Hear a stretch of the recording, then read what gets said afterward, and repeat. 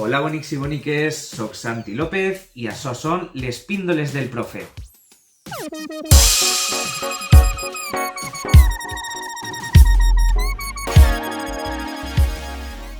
Hola bonics i boniques, avui anem a veure la vida i obra de María Benehito. María Benehito va néixer a València i va ser poeta i novel·lista.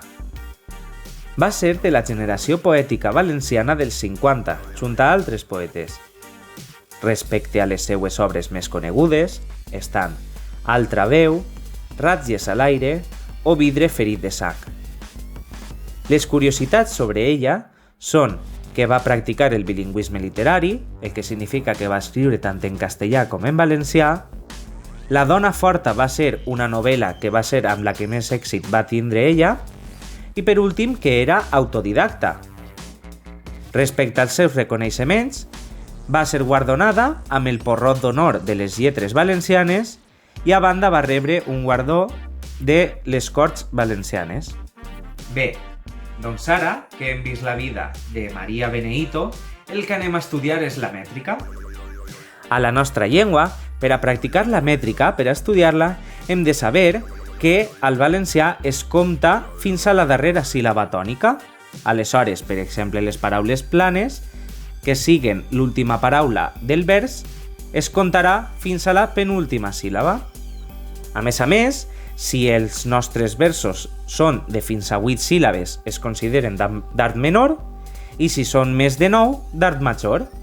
Per últim, hi ha diferents eines per a modificar la mètrica. La primera de totes és l'hiat, en el que agafem dues vocals que van juntes i les separem. La sinalefa és el contrari, agafem dues vocals que estan separades i les ajuntem. O per últim, l'elisió, que consisteix en suprimir una de dues vocals en contacte.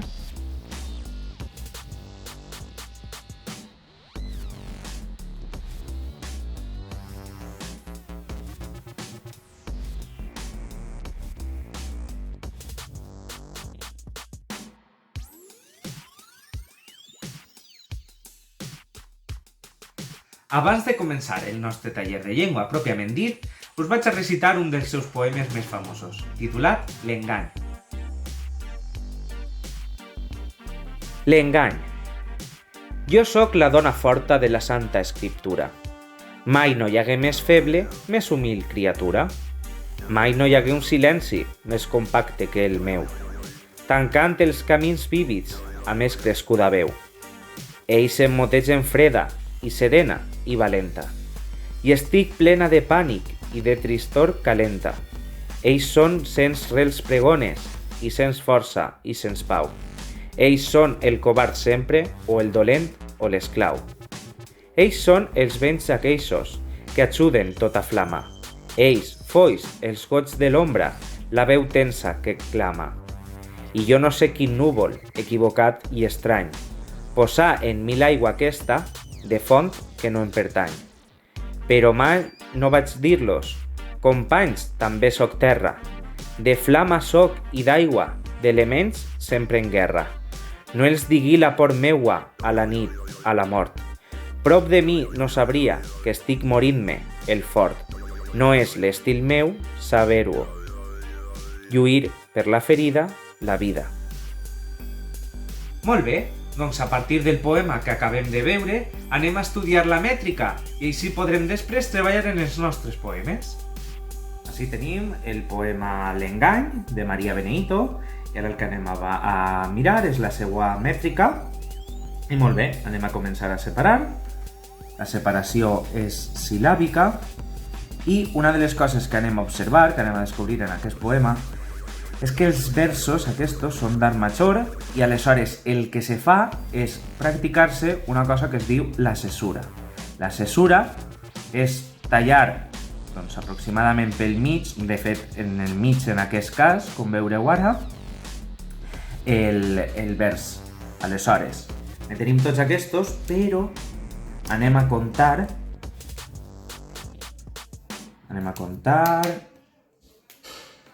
1, 2, 3, 4, 5, 6. Així fem la cesura. I com és plana, Contem fins a fora, ne tenim 6. 1, 2, 3, 4, 5, 6. Ne tenim altres 6. 6 i 6, 12. Molt bé. Anem a continuar.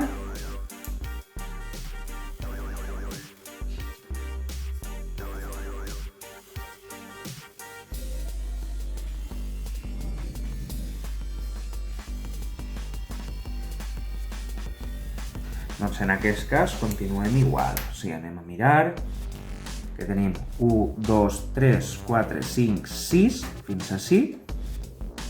Practiquem la cesura. 1, 2, 3, 4, 5, 6, que és plana i solament contem fins a l'última síl·laba tònica. Molt bé, doncs ja sabem com va la cosa. Anem a acabar aquest fragment, aquesta estrofa.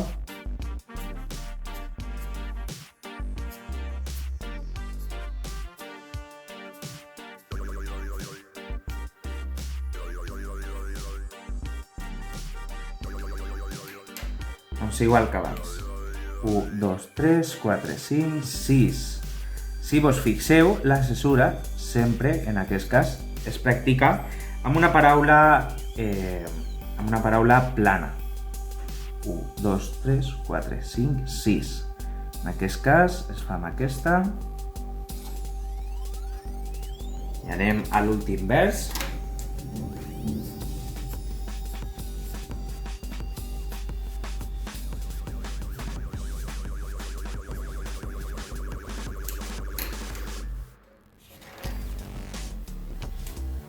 U, 2, 3, 4, 5, 6. Cesura. 2, 3, 4, 5, 6. Perfecte. Tenim ja els 12. Aleshores tenim això, que el que practiquem és la cesura i aleshores el que ens trobem és dos hemistiquis, d'acord? Que és com se diu, ixa part, ixe vers, isos dos versos xicotets que formen el vers gran, d'acord? El vers que tenim al poema, que és el de Jo soc la dona forta de la Santa Escriptura. Doncs el que tenim és això, al mig, una cesura, i contem 6 i 6, per la qual cosa el que ens trobem és un vers de 12 síl·labes, però que per a que siga més fàcil llegir-ho, doncs fem una mini pausa al mig i així és molt més fàcil de llegir. Molt bé, doncs ara és el vostre torn. Perfecte, doncs ara ha arribat el vostre moment. Esperem els vostres poemes, intentem analitzar la mètrica, al hashtag que tenim ací baix. Espere que us agrade i que ens veiem la setmana que ve. Moltes gràcies!